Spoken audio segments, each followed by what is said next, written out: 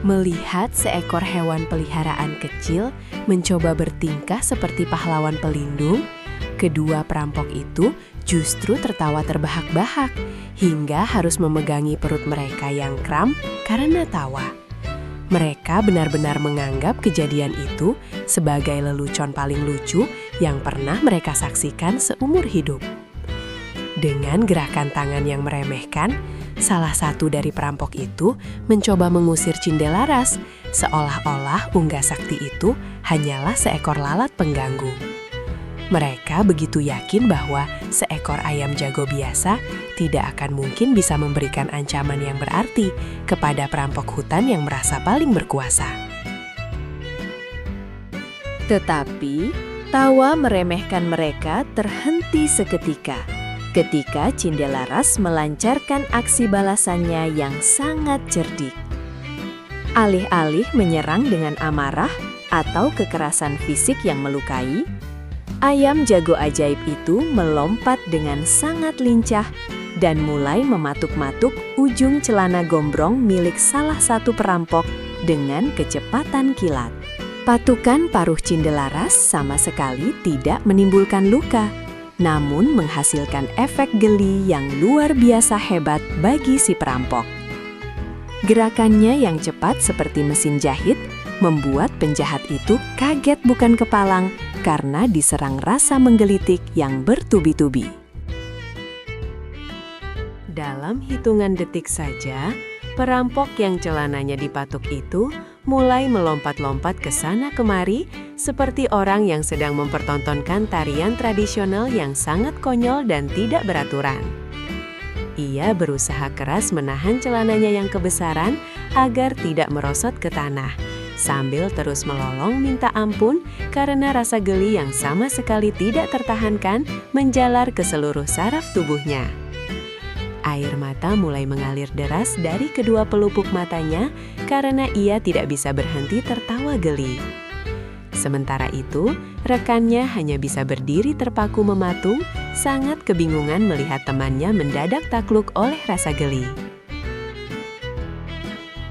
Menyadari bahwa target pertamanya sudah sepenuhnya kewalahan dan tidak berdaya, Cindelaras tidak mau menyia-nyiakan momentum berharga ini.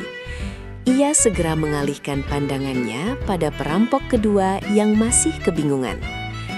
Dengan sebuah lompatan akrobatik yang mengesankan, sang ayam jago menyasar bagian sabuk perampok kedua, memberikan patukan-patukan kecil beruntun yang efek gelinya sama dahsyatnya. Perampok kedua yang beberapa saat lalu merasa sangat gagah berani seketika kehilangan semua wibawanya dan menjerit panik, mencoba meliuk-liukkan tubuh besarnya untuk menghindari serangan menggelitik dari si ayam jago pintar tersebut. Kini, pemandangan mencekam di tengah hutan belantara itu berubah total menjadi sebuah pertunjukan sirkus komedi yang sangat mengocok perut siapa saja yang melihatnya.